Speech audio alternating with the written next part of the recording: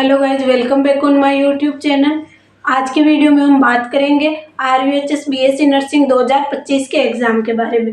जैसा कि हम सबको पता है, इस बार जो जितने भी एग्ज़ाम हैं उनको नीट के थ्रू स्टार्ट कर दिया है। तो ये बहुत सारे चैनल पर आ चुका है और ये ट्रेंडिंग न्यूज़ बन चुका है, हमें पता है। आज अपन इसके बारे में बात करेंगे और जो स्टूडेंट के डाउट है उनके बारे में भी बात करेंगे। बहुत सारे डाउट है जैसे स्टूडेंट के क्या ये सिस्टम कैंसिल होगा, फॉर्म फिल करें या ना करें, मार्कशीट चाहिए क्या 12th की।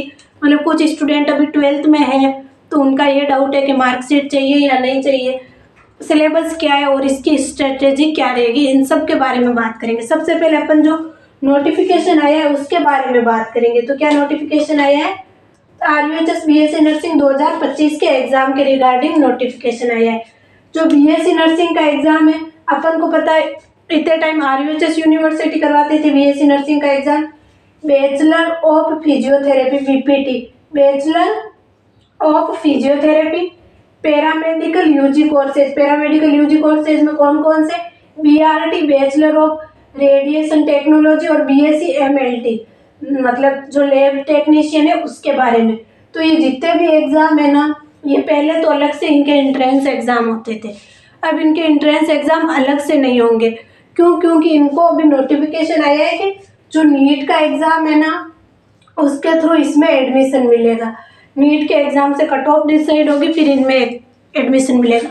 अब BSc नर्सिंग के बारे में तो सभी बात कर रहे हैं कि BSc नर्सिंग का एग्जाम कैंसिल हो गया, नीट के थ्रू कॉलेज मिलेगी, लेकिन इन सारे कोर्सेज की तो कोई बात ही नहीं कर रहा। जैसे BPT हो गया, पैरामेडिकल के कोर्सेज हो गया, इनमें भी अब नीट के थ्रू ही अपन को कॉलेजेस मिलेगी। इनके बारे में भी अपन को जानना जरूरी है क्योंकि बहुत सारे स्टूडेंट हैं वो इसके लिए। तो हमें पता है BSc नर्सिंग से ज़्यादा तो इसको पैरामेडिकल में होता है, क्योंकि BSc नर्सिंग में 80-20 का रेशियो हो जाता है आगे, मतलब कॉम्पिटिटिव एग्जाम में। लेकिन जितने भी पैरामेडिकल होते हैं ना उनमें 50-50 का रेशियो रहता है, 50 बॉयज़ 50 गर्ल्स। इसलिए जो जितने भी बॉयज़ होते हैं उनके लिए पैरामेडिकल बेस्ट चॉइस होती है। तो अब जो पैरामेडिकल के ये जितने भी कोर्सेज है BPT, BRT, MLT, इनमें भी नीट के थ्रू एडमिशन होगा। ये चीज़ भी बताने की थी मेरे को। अब अपन बात करते हैं स्टूडेंट के क्या क्या डाउट है इसके रिगार्डिंग। क्या ये कैंसिल होगा? मतलब स्टूडेंट का सबसे बड़ा डाउट यही है कि क्या ये सिस्टम कैंसिल होगा क्या। तो इसके बारे में इस क्वेश्चन का आंसर अभी अपन वीडियो के लास्ट में देंगे, क्योंकि इन सब बातों पे अपन डिस्कशन करके इस बात तक पहुंचेंगे कि क्या ये कैंसिल होगा। उसके बाद में है कि फॉर्म फिल करें या ना करें। आज अपन को पता है 3 मार्च हो चुके हैं और 7 मार्च जो है वो लास्ट डेट है नीट के फॉर्म की। तो मोस्टली स्टूडेंट का डाउट है कि फॉर्म फिल करें या ना करें। तो अभी आप आज तो रुक जाओ क्योंकि मंडे है, और आज ऐसा भी है कि बहुत सारे लोग वापस इस यूनिवर्सिटी के लिए चेंज करने को बोल रहे हैं। तो आज के लिए आप रुको। अगर कल से यूनिवर्सिटी कोई नोटिफिकेशन डाल देती है कि ये कैंसिल होगा या ना होगा तब तो सही है, अगर कैंसिल का नोटिफिकेशन डाल देती है, वरना कल से आपको फॉर्म फिल कर देना है क्योंकि फिर 7 मार्च लास्ट डेट है। तो ये तो बहुत गलत है कि अभी आपको 5 दिन या 6 दिन पहले ही बताया है, क्योंकि बहुत सारे स्टूडेंट को पता भी नहीं चलेगा। उन्हें लगेगा कि BSc नर्सिंग का एंट्रेंस एग्जाम का फॉर्म तो अभी आया ही नहीं है, और उन्हें लगेगा कि जितने भी पैरामेडिकल के कोर्सेज है ना ये जैसे पहले होते थे वैसे ही होंगे। लेकिन उन्हें ये नहीं पता इनके लिए पैरामेडिकल के लिए भी इस बार नीट देना जरूरी है। तो ये चीज़ इसलिए ये तभी हो सकता है जब अभी जो यूनिवर्सिटी है RUHS ने 5 या 7 दिन पहले बताया, लेकिन जब अब 7 मार्च लास्ट डेट कर रखी है नीट की, तो ये करे कि नीट की डेट को भी आगे बढ़ाए, क्योंकि बहुत सारे स्टूडेंट को भी पता भी नहीं चलेगा, BSc नर्सिंग वालों को भी नहीं पता चलेगा और RUHS के पैरामेडिकल वालों को भी नहीं पता चलेगा। तो 7 मार्च से बढ़ा के डेट अगर कुछ ज़्यादा कर दे, 5-10 दिन ज़्यादा कर दे, तो स्टूडेंट ज़्यादा अवेयर होंगे, क्योंकि अभी इतने स्टूडेंट को पता भी नहीं है। हर कोई सोशल मीडिया पे इतना एक्टिव नहीं रहता। पैरामेडिकल वाले तो उस टाइम पे पूछेंगे जब पैरामेडिकल के फॉर्म आने स्टार्ट होते हैं, तब उन्हें पता चलेगा कि एग्ज़ाम नीट के थ्रू कॉलेजेस मिल चुकी है। तो वो तो चीज़ गलत है ना, क्योंकि 5 दिन पहले तो इतना किसी को पता नहीं होता, लोग इतना सोशल मीडिया पे एक्टिव भी नहीं रहते। तो इस फॉर्म डेट को आगे बढ़ाए तभी फ़ायदा होगा। और आपको फॉर्म अभी फिल करना है या नहीं करना है, आज तो रुक जाओ। अगर यूनिवर्सिटी कोई नोटिफिकेशन डालती है तो अच्छी बात है, वरना कल तो फॉर्म फिल करना ही है। क्योंकि यूनिवर्सिटी, अब देखो ये कंफर्म नहीं है कि ये कैंसिल होगा, क्योंकि यूनिवर्सिटी कुछ भी कर सकती है। मैंने बहुत बार बताया था कि यूनिवर्सिटी कुछ भी कर सकती है। पिछले वीडियोज में जब RUHS की काउंसलिंग हुई थी तब भी मैंने यही बोला था कि आप इस भरोसे मत रहो ये हो जाएगा वो हो जाएगा, कुछ नहीं होगा। जो यूनिवर्सिटी ने डिसाइड कर दिया ना वो ही होना है, वो भी कुछ सोच के डिसाइड करते हैं। इसलिए आप इस चक्कर में मत रहो ये हो जाएगा वो हो जाएगा। जो यूनिवर्सिटी डिसाइड करती है ना वही होता है। पिछली बार भी जब काउंसलिंग हुई थी तब बच्चे बोल रहे थे ऐसा हो जाएगा वैसा हो जाएगा, मैंने एक ही चीज़ बोली थी, RUHS यूनिवर्सिटी ने जो बोल दिया वही होना है, चाहे अपन कुछ भी कर ले तो होना तो वही है, अपन को पता है। जैसे अभी हमारे एग्ज़ाम हुए थे तो वो एग्ज़ाम कैंसिल हो गए थे, मतलब पेपर लीक हो गया था। फर्स्ट सेमेस्टर, सेकंड सेमेस्टर और थर्ड सेमेस्टर के सारे पेपर लीक हो गए थे। तो ऐसे बोल रहे थे कि एग्ज़ाम वापस नहीं होगा, मतलब 1-2 दिन तक तो ऐसे ट्रेंड में नहीं आया था।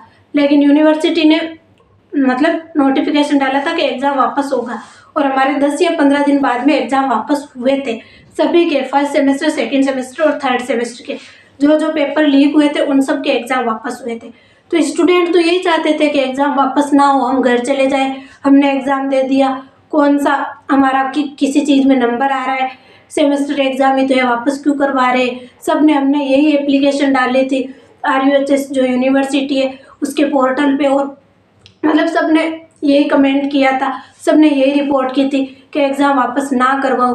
लेकिन फिर भी एग्ज़ाम वापस हुए थे, क्योंकि यूनिवर्सिटी किसी की कुछ नहीं सुनती, एग्ज़ाम वापस हुए थे। इसलिए आप इतना भी मतलब डिपेंडेंट मत हो जाओ कि हाँ ये कैंसिल हो जाएगा, ऐसा कुछ नहीं है। यूनिवर्सिटी ने बोल दिया तो बोल दिया। अब वो आपको ये नहीं कहेगी कि आपके पास 2 महीने ही है, हम सबको पता है 2 महीने ही है, जबकि RUHS के एग्ज़ाम में तो अभी बहुत सारा टाइम पड़ा था। और उसके बाद में सिलेबस, आप खुद समझो सिलेबस कितना ज़्यादा है। RUHS का एग्ज़ाम जब होता था तब ओनली फॉर 12th आती थी, नेगेटिव मार्किंग नहीं होती थी। लेकिन अब भी इस एग्ज़ाम में 11th भी आएगी और नेगेटिव मार्किंग भी होगी, प्लस टाइम कितना बच रहा है, 2 मंथ ओनली फॉर। तो आप खुद समझो बच्चों के सामने कितनी बड़ी चुनौती आ चुकी है। जो मतलब जो नीट की तैयारी कर रहे हैं वो तो मान के चलो 1 साल तो उनको हो गए, नीट का एग्ज़ाम तो मई में होता है, मई के फर्स्ट वीक में, तो 1 साल तो उनको हो गए। तो उनका तो अगर वो BSc नर्सिंग में एडमिशन लेना चाहेंगे तो आसानी से हो जाएगा। अब आपको तो सिलेबस भी नहीं पता है, वो तो शुरू से तैयारी कर रहे हैं तो उस सिलेबस के अकॉर्डिंग ही कर रहे हैं, 11th और 12th दोनों पढ़ रहे हैं। नेगेटिव मार्किंग के लिए ट्यूशन को प्रिपेयर कर रहे हैं। अब आपको पता है नेगेटिव मार्किंग होगी नहीं, RUHS में तो आपके माइंड में तो यही रहता है कि नेगेटिव मार्किंग नहीं होगी, सारे क्वेश्चन अटेम्प्ट करने हैं। लेकिन नीट का सिस्टम क्या होता है, उनके माइंड में एक ही चीज़ चलती है, नेगेटिव मार्किंग होगी। इसलिए अपन को अगर नंबर ना आए वो तो अच्छी बात है, लेकिन नेगेटिव मार्किंग से बचना है, इसलिए वो सारे क्वेश्चन अटेम्प्ट नहीं करते। लेकिन BSc नर्सिंग में अपन क्या करते हैं कि सारे क्वेश्चन अटेम्प्ट करने, चाहे आए या ना आए। तो ये भी स्टूडेंट को बहुत सारा लॉस है, इससे बेनिफिट कुछ नहीं है, इससे ओनली फॉर लॉस है जी। यूनिवर्सिटी अगर अगले साल से ये चीज़ लागू करे तो अच्छी बात है ना, स्टूडेंट को 1 साल पहले ही पता चल जाएगा, वो उसके अकॉर्डिंग पढ़ेंगे, 11th भी पढ़ेंगे, 12th भी पढ़ेंगे, नेगेटिव मार्किंग को कंट्रोल करेंगे। अब स्टूडेंट को कुछ पता ही नहीं है, 2 महीना बचे। सबसे बड़ी बात 7 मार्च, 4 या 5 दिन तो आपके इसमें फॉर्म फिल में ही बच रहे हैं। आप खुद समझो, देखो कितना ये पैरामेडिकल वाले कोर्स वाले स्टूडेंट को तो पता भी नहीं होगा। जब इनकी आंखें खुलेगी, जब इनको लगेगा कि हर बार पैरामेडिकल का सिलेबस मतलब ये इसी टाइम पे आता है, बैच इसी टाइम पे स्टार्ट होता है, तब उनको पता चलेगा कि बैच तो कब का स्टार्ट हो चुका है। इसलिए इनको थोड़ा सा टाइम बढ़ाना चाहिए। अगर ये सिस्टम लागू करे, अब चेंज तो मेरे को नहीं लगता कि चेंज करेंगे, क्योंकि यूनिवर्सिटी जो डिसाइड कर लेती है ना वो डिसाइड कर ही लेती है, फिर अपन चाहे कुछ भी करें वो चेंज नहीं करती। बाई चांस फिर भी चेंज हो जाए तो इससे बड़ी तो अच्छी बात कोई है ही नहीं, क्योंकि बहुत सारे स्टूडेंट को बेनिफिट होगा। अगर चेंज नहीं करती है तो आपको इसके अकॉर्डिंग प्रिपेयर करना होगा, क्योंकि सिचुएशन कुछ भी आ सकती है, अपन को हार नहीं माननी है, अपन को उसके अकॉर्डिंग ढलना ही पड़ेगा। कौन चाहता है कि एग्ज़ाम हो जाए, सब यही चाहते हैं घर पे जाए।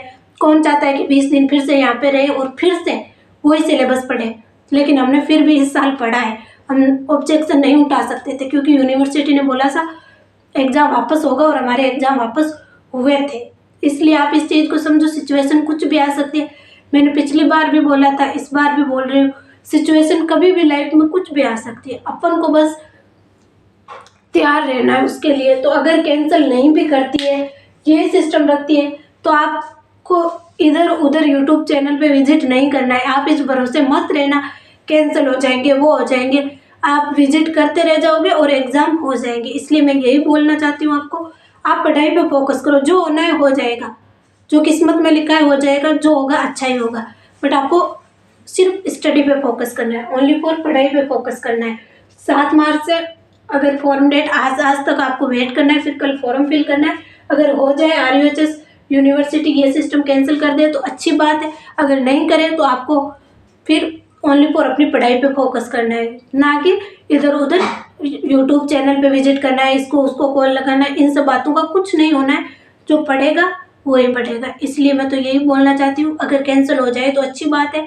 आप सबने बहुत कोशिश की है, अगर कैंसिल हो जाए तो अच्छी बात है। अगर नहीं होते तो फिर आपको फॉर्म भी फिल करना है और स्टडी चालू करना है। और इस बात से ज़्यादा डरना मत, क्योंकि जो नीट की तैयारी कर रहे हैं ना, वो नीट की ही कर रहे हैं, वो BSc नर्सिंग में एडमिशन नहीं लेंगे। इसलिए आपको इतना डरने की बात नहीं है। कट ऑफ भी उस हिसाब से ही जाएगी, क्योंकि सिर्फ आप अकेले तो हो नहीं जिनके लिए नीट का ये सिस्टम स्टार्ट हुआ है, सभी के लिए स्टार्ट हुआ है। तो फिर कट ऑफ उसके अकॉर्डिंग हो जाएगी, पेपर के अकॉर्डिंग कट ऑफ कम चली जाएगी, पेपर के लेवल के अकॉर्डिंग। तो इसलिए आप इतना मत सोचो, कट ऑफ पे भी वेरी करता है। जैसे अगर पेपर हार्ड आता है यूनिवर्सिटी का, तो जो कॉपी चेक करते हैं वो इजी कॉपी चेक करते हैं, तो पास सारे ही हो जाते हैं। वैसे अगर ये सिस्टम लागू किया है तो फिर कट ऑफ कम जाएगी, क्योंकि एक स्टूडेंट के लिए तो लागू किया नहीं है, राजस्थान के सभी स्टूडेंट के लिए लागू किया है। तो फिर उस हिसाब से कट ऑफ चली जाएगी। इसलिए इतना वरीड मत हो, और इतना मतलब जो इस बात को फैला रखा है उतना भी मत फैलाओ। अपने स्टडी पे फोकस करना चाहिए, क्योंकि एक स्टूडेंट के लिए तो ये चुनौती है नहीं कि 2 महीने ही मिले, सभी स्टूडेंट को 2 महीने ही तो मिले। सभी के लिए नीट का सिलेबस ही और नीट का पैटर्न ही फॉलो करना है, तो कट ऑफ भी उसके हिसाब से ही चली जाएगी। क्योंकि जिनको नीट करनी है वो तो इसमें एडमिशन लेंगे नहीं, इसलिए आपको ज़्यादा डरने की बात है नहीं मेरे अकॉर्डिंग तो। बाकी जैसे ही कुछ न्यू नोटिफिकेशन आता है तो अपन नेक्स्ट वीडियो में मिलते हैं। Thank you. आगे आई होप कि आपके सारे डाउट क्लियर हो गए होंगे। फिर भी कोई डाउट रहते हैं तो आप मुझे कमेंट कर सकते हैं, मेरे टेलीग्राम पे मैसेज कर सकते हैं। मैंने इंस्टाग्राम ID मेंशन कर दी है डिस्क्रिप्शन बॉक्स में, आप वहाँ से मुझे मैसेज कर सकते हैं। Thank you.